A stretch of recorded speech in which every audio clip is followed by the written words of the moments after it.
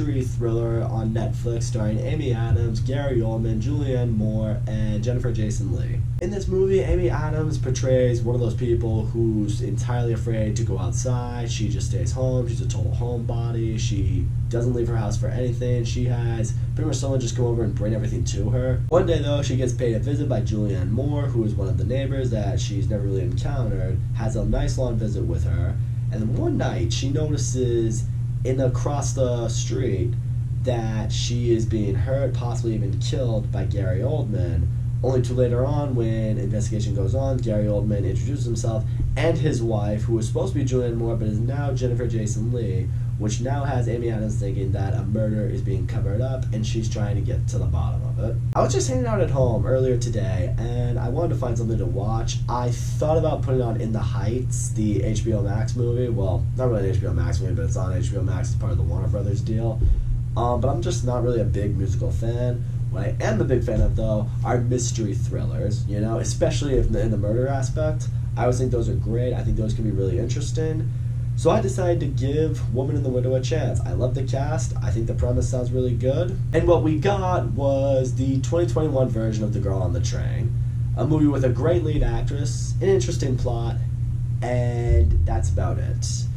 This movie completely dropped the ball in pretty much every sense. I'll start with what's good in this movie. Amy Adams, she gives a good performance. Have I seen her do better? Yes, but I'm not going to sit here and say that she phones it in or she doesn't try hard. She does everything she can to help this movie. She comes off as very OCD. She can't go outside for anything. She's too afraid to see the world. You can tell she's dealing with some past trauma. And I do appreciate seeing that with, this mystery going on that she's trying to uncover. It's forcing her to come out of her comfort zone a little bit, which I thought was impressive. Really, the whole cast of this movie, no one gives a poor performance, I should say. The acting, you got a lot of great actors across the board, so stuff like that isn't really where this movie failed.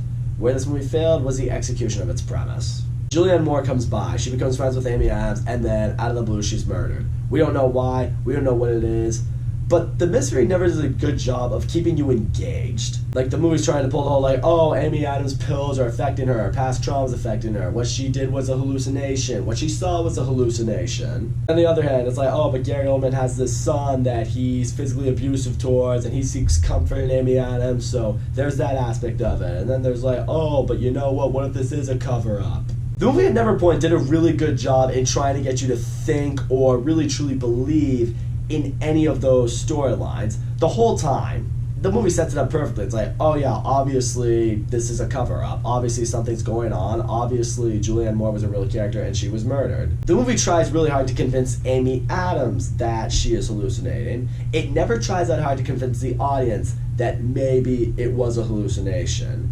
We're human beings too. We're smart enough to figure out, and we know how these movies go, that obviously there was a murder, something happened, and it's about figuring out who did it. I guess that's the issue with the movie right there. It's completely predictable, and in a mystery movie, the last thing you want to be is predictable. What I also don't appreciate is you have a lot of great actors in this movie. Not all of them get a whole lot of time to shine, though. Gary Oldman, I thought, could have got a lot more time to shine. Jennifer Jason Leigh, I thought she could have gotten a lot more. The movie doesn't really do a good job to get you a perspective on these characters, to help you really get the wheels straight. It's okay, are they up to something? Are they maybe not up to something? This movie gets pure focus on Amy Adams, and that's not necessarily a bad thing.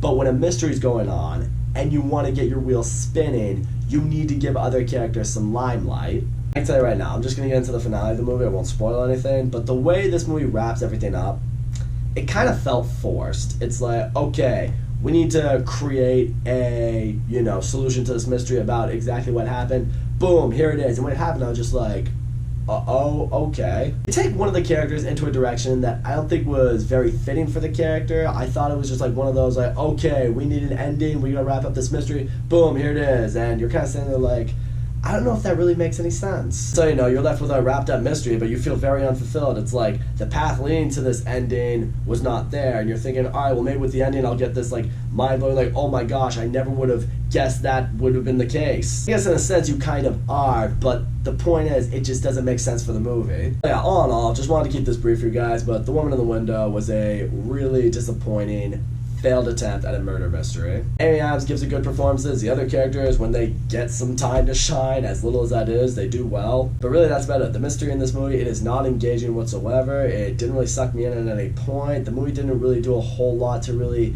get you invested in very many of these characters. I was barely invested in Amy Adams. The movie was slow, it was predictable, the ending I didn't think was a very fitting ending, and it had no really thrilling conclusion to it. And in the end, something's telling me I should have given In the Heights more of a chance. Well, that's hindsight for you. So that's all I gotta say, guys. Thank you so much for watching my video, and as always, don't forget to leave a comment, like, subscribe, and I'll see you all next time.